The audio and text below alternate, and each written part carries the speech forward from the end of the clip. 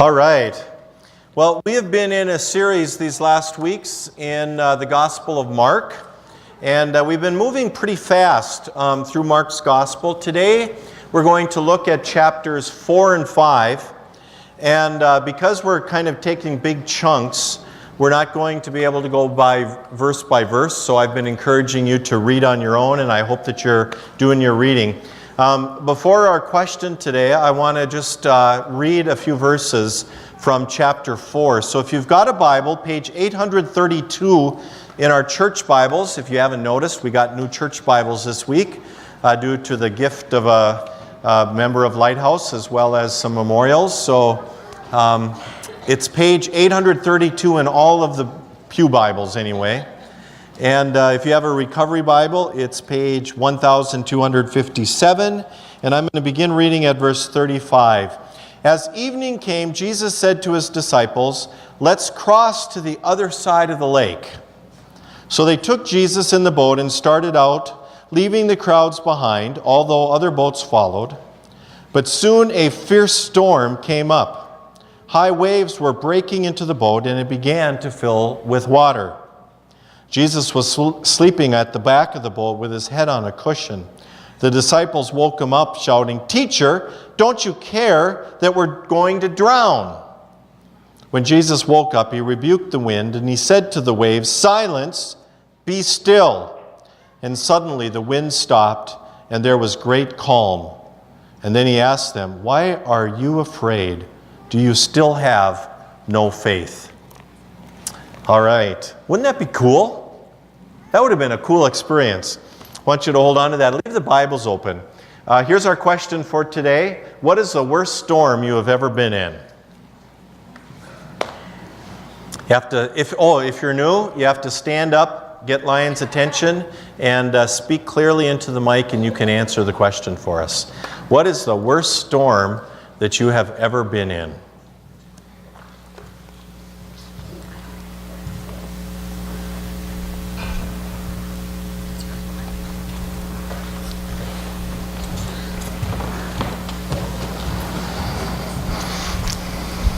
I don't know if it was the worst storm, but the scariest one for me was when we were living in the Twin Cities. I was driving home from work on the interstate and got caught in a hailstorm it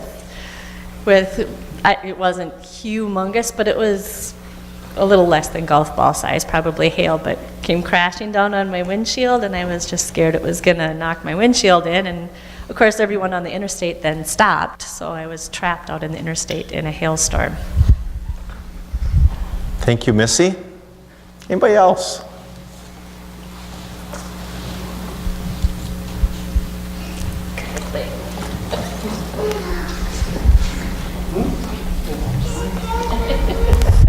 Sorry. When I was in high school, I was helping out with an art class, and the tornado sirens went off, and I was on my bike. And I called my dad, and he said, "Well, you come over to the store," and which I don't know if that was such a good idea, because he was an implement dealer. But anyway, as I was trying to ride my bike as fast as I could to get to his store, I could see the tornado coming down out of the sky. And fortunately, it never did touch ground, but it was still awfully scary to be on my bike and seeing a tornado coming down. To live here means you're going to see some big storms, that's for sure.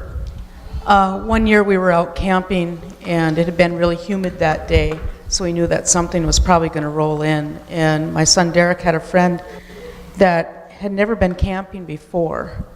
And we were in a tent, and all of a sudden the wind started to pick up, and it started to rain pretty hard, and lightning was flashing, and all of a sudden I heard Christopher yell to me, "Mary, tell me it's going to be okay again." Nice story. Thanks, Mary. Anybody else?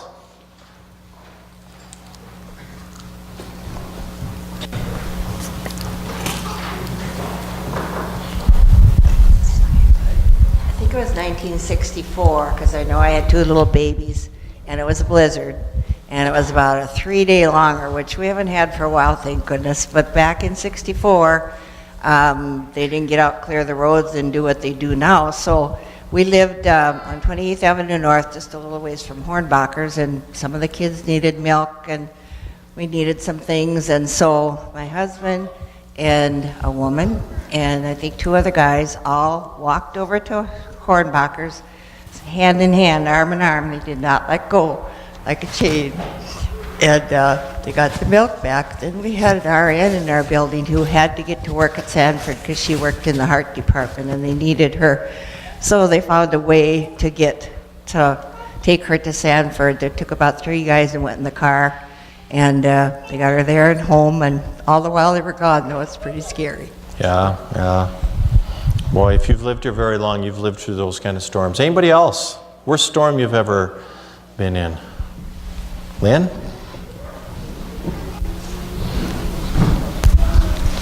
I think I caused the worst storm I've ever been in by some of the things I've done. I'm thinking weather here, but I guess what my storm was within myself. We're going to stop there. Thank you, Lynn. Excellent. I said just a minute ago, to live here means you've seen some big storms, right? To live means that you're going to see some pretty big storms. Do you hear the difference? To live means that you're going to see some pretty big storms. Here's a question I've often wondered about. Why doesn't Jesus calm a few of my storms?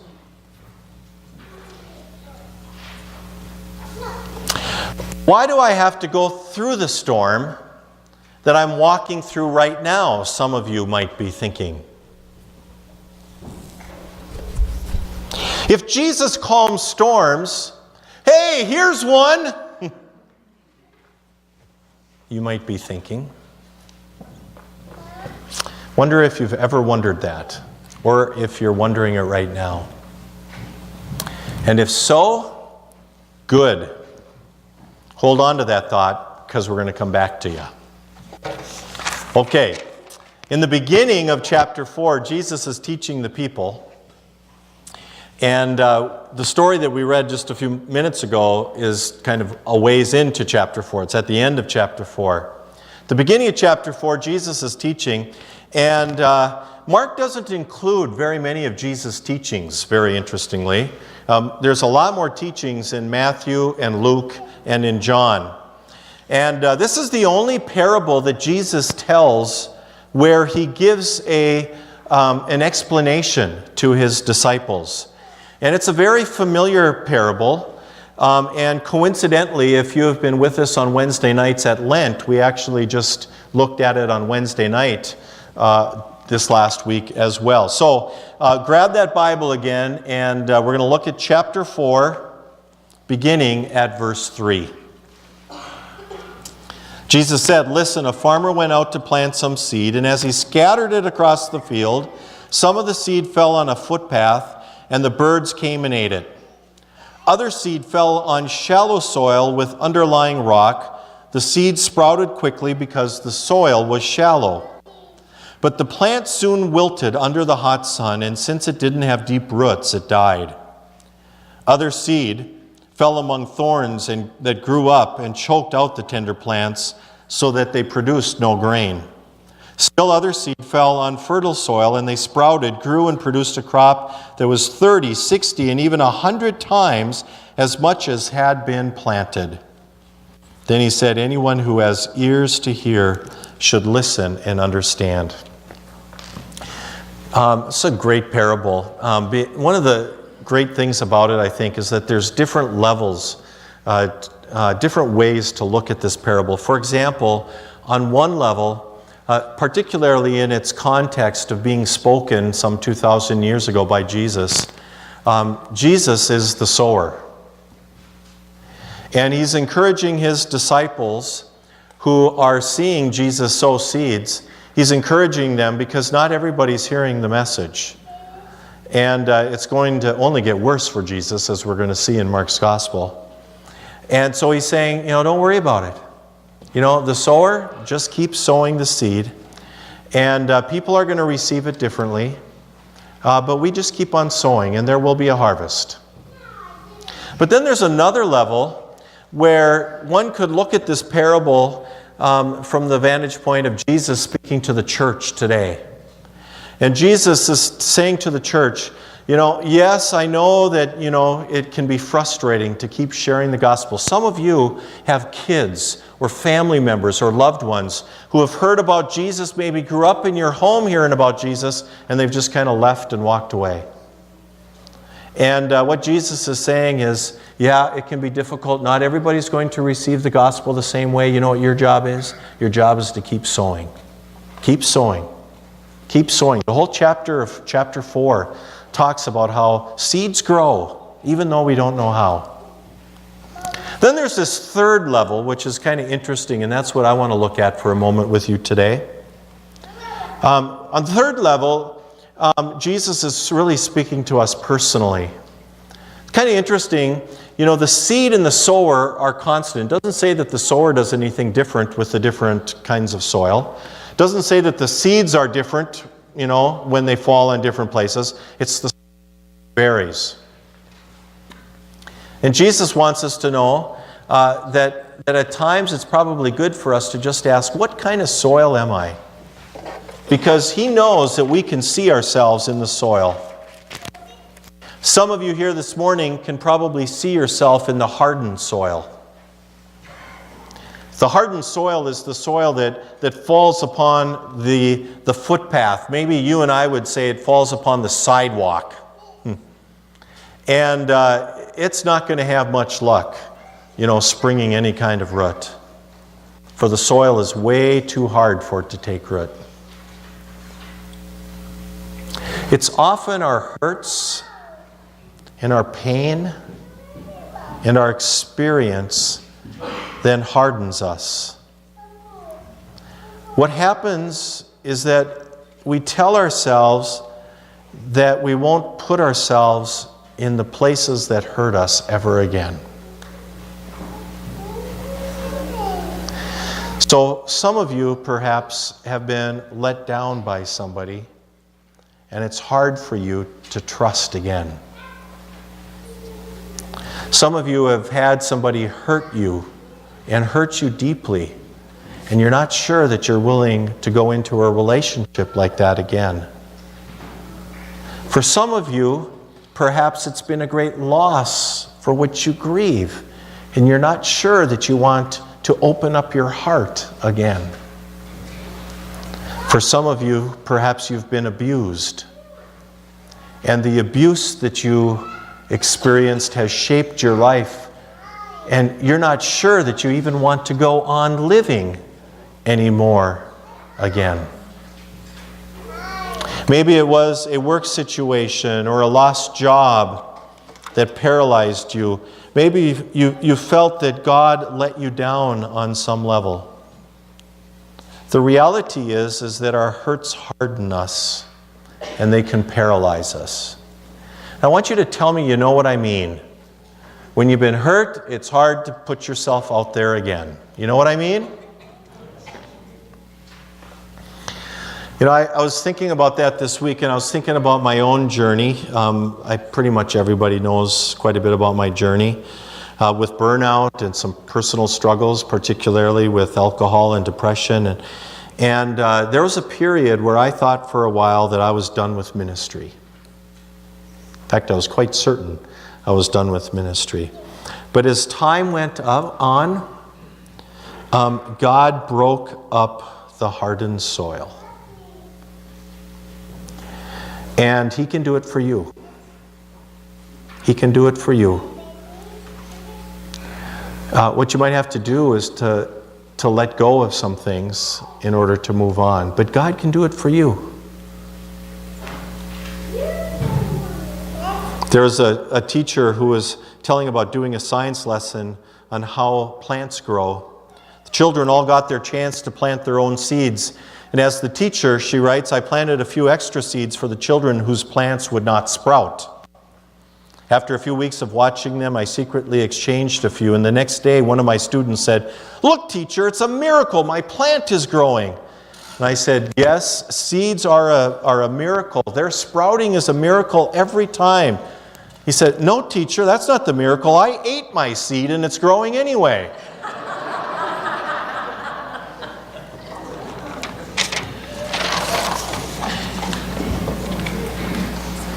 If you're on hardened soil, don't give up. Because God can make things grow, even on hardened soil. Second soil is shallow soil. And we don't know anything about being shallow, do we? I wonder if you've ever experienced a spiritual moment that has touched you deeply, and you knew that it had led you to a new place with God, and 30 minutes later it was gone. Or 30 minutes later you find yourself gossiping again, or harboring a resentment or anger, or struggling with the same old sin that you knew most of your life. I remember hearing at an AA meeting, not supposed to tell stories, but no names attached. Remember hearing somebody say that I go to church every Sunday, and I would go to church and I would just have this deeply spiritual moment, and by halftime of the Vikings game I was 8 beers in. Richard Foster says, superficiality is the curse of our age. Here's the deal. Shallow soil only sees the surface. And it's not willing to ask painful and difficult questions. Like, why do I feel this way? Why can't I trust others? Why do I hurt those I love? Why am I going to deal with this? Why am I going to deal with this pain and abuse any longer? How am I going to deal with this betrayal? I'd like you to grab your Bible and look at chapter 4. It's amazing how Scripture kind of all fits together. I want you to look at chapter 4, verse 21. Then Jesus asked them, would anyone light a lamp and then put it under a basket or under a bed? Of course not. A lamp is placed on a stand where its light will shine. For everything that is hidden will eventually be brought into the open. Every secret will be brought to anyone who has ears to hear should listen and understand. What in the world does that mean? Well, what it means is that we need to expose to the light our boxes of guilt and bitterness, anger and shame and denial that we hide behind. The shallow soil continues to hide behind those things that somehow have now begun to dictate life. And in our journeys of faith and life, we need to expose them to the light. It's kind of what Lighthouse is all about. In the book Soul Keeping that I know some of you are reading, and which we will not have an order for, by the way, John Ortberg writes, the world conspires against our souls by blinding us to the depth and glory of their God-given design and tempting us to be satisfied with immediate gratification. In high school, Steve was a wonderful football player. Hurting his knee in junior college, he dropped out, got married, and had a child. He never chose to defy God. He just drifted away. It was easier to drink beer than to work on his marriage, so he got a divorce. It was easier to complain than to work with all his soul, so he lost his job. It was easier to avoid people who would challenge him to tend to his soul, so he hung out with people who would honor his desire for comfort above all. He lives with his own son now after being estranged for years. He is there only because he has nowhere else to go. He watches vast amounts of porn in his bedroom to pass the time. He has lost his health. He does not even take care of his body. He is waiting to die. And when he does, no one is going to mourn. But outside Steve's bedroom door, if he only knew his son waits for him to say one word or love. It takes a little, such a tiny little depth in the soil to give the seed a chance. The shallow soil is closer to being saved than it knows. Finally, there's the cluttered soil. We know what this is like as well. In soul keeping, it's the hurried life, if you've been reading soul keeping at all. It's the accumulation of money and possessions as we search for contentment and security, only to find that they often rob us of the very thing that they promise. It's our desire and our commitment to truly follow Jesus in my life, except I'm going to withhold just this one little part. And so I'm going to follow Jesus, but the cluttered soil says, I might just hold back this one secret sin. Or I'm going to hold back giving generously. Or I'm going to hold back my vocation. I'm going to hold back my fears, or I'm going to hold back my addiction. The cluttered soil is perhaps the one that most of us know best. And then there's the good soil. This is where faith grows and where we find our place in life. It's where you can find your serenity, but more, you can find meaning and purpose. You can begin to learn why it is that you're here on this earth. And so Jesus goes on, interestingly, to tell a couple of more parables after this parable, and he tells more parables about seeds. First of all, he talks about how God's kingdom grows in us, and we don't always see it, and we don't always understand how it works. It starts small, but it grows, and it provides fruit in our lives, and this is important, it gives us a foundation in our lives. And the reason why there's all this talk about seeds and faith and where it is that we are in this journey of faith is because Jesus knows this. In your life, storms are going to come. In your life, storms are going to come. At the end of chapter 4, Jesus calms the storm. In chapter 5, we meet 3 people who are in the midst of their own storms. And I wish we could look at each of them individually, but that's for another time. Encourage you to read them. But in each instance, Jesus calms storms again. But here's the key, and I want you to hear this very, very clearly. Here's the key to this whole storm. How much water did you guys spill up here? Good grief.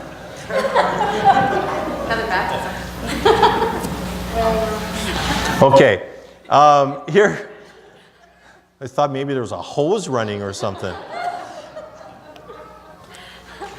A little distracting, by the way. Okay, here's the key. Everybody listen to me, don't look at the lion. I want you to know this because it's very, very important in your life. This is very, very important in your life. And we learn it in this little story that we started with today. Jesus delivers us not from storms, but through them. I want you to repeat after me. Jesus delivers us not from storms, but through them. The sooner we learn this, the better off we're going to be. He doesn't deliver us from them, but through them. He doesn't tell his disciples on the shore, hey, I don't think we should get in the boat tonight. The weatherman's saying that there might be a storm. In fact, it's the opposite. And if you have read the Gospels at all, Jesus probably knew it was going to storm. He's the Son of God, by the way. Mark started by telling us in the beginning. Jesus says, hey, let's get in the boat and go for a ride. Doesn't say let's not get in the boat. says, let's get in the boat. There might be a storm coming. Now, there's a mystery to God's sovereignty, and we can't answer it. There's just a lot we're not going to get on this side of eternity. Many of you have heard me say before that C.S. Lewis once said that the most common word spoken in heaven is going to be the word "oh." Like, oh. What we know here is that there's going to be storms. We know that, right? And the faith that we have will make all the difference in the world. Some of you are just on the storm avoidance track. I'm going to tell you, it doesn't work. Some of you would just like to avoid storms. I would just rather not step in the boat. I've been hurt. I've got these experiences, Nobody has experiences like me. I'm unique and special. And so I'm not going in the boat because a storm might come. And if that's true, what happens is you might miss out on what God wants to do in your life. And frankly, you're going to get a storm anyway. So why does God allow us to get into the boat and go through a storm? Let me tell you why quickly, and then we're going to close and have communion. First of all, storms shape us and they grow us. If you were to be honest, and you were to look back over your life, and you were to define those moments that had the greatest impact in building your character and your faith, you would pick the stormy times of your life. We've talked about Romans 5 before. We rejoice in our sufferings because we know suffering produces perseverance, perseverance character, and character hope, and hope never disappoints us. When you're going through a storm, you can go, all right, I'm going through a storm. Doesn't feel like that at the time, but you know that it's going to shape you. When we expose our lives to the light and deal with it, we grow. When we deny the storm, we become stagnant and paralyzed. Secondly, God allows us to go through storms because sometimes He uses storms to get our attention. Certainly was the case in my life. Had a friend tell me, God gets our attention. Sometimes it's with a metaphor, sometimes it's with a 2x4, but He'll get our attention. I was remembering with Beth, actually just this morning I remembered this. We had, hi Jackson. Boy, is this Interruption Sunday or what? This is my grandson, if you don't know.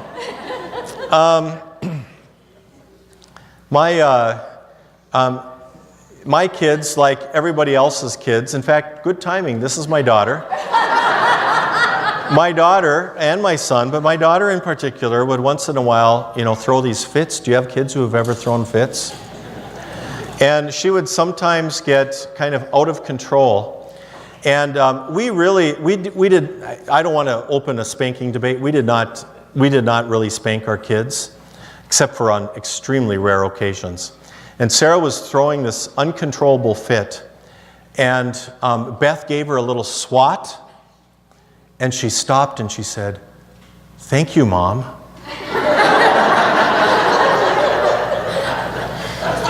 What had happened? Her emotions, her life was out of control, and something brought her back. Sometimes God allows us to go through storms to get our attention. Got my attention. Has He ever gotten yours? And here's the third thing, and then we're going to wrap up. I love this one, and if you remember nothing else, I want you to remember what I'm going to share with you right now. Sometimes God allows us to go through storms because of what happens to us on the other side. It empowers us. I just want you to think about those disciples. It says that Jesus calmed the storm, and afterwards the disciples were afraid. You know what they were like the next day?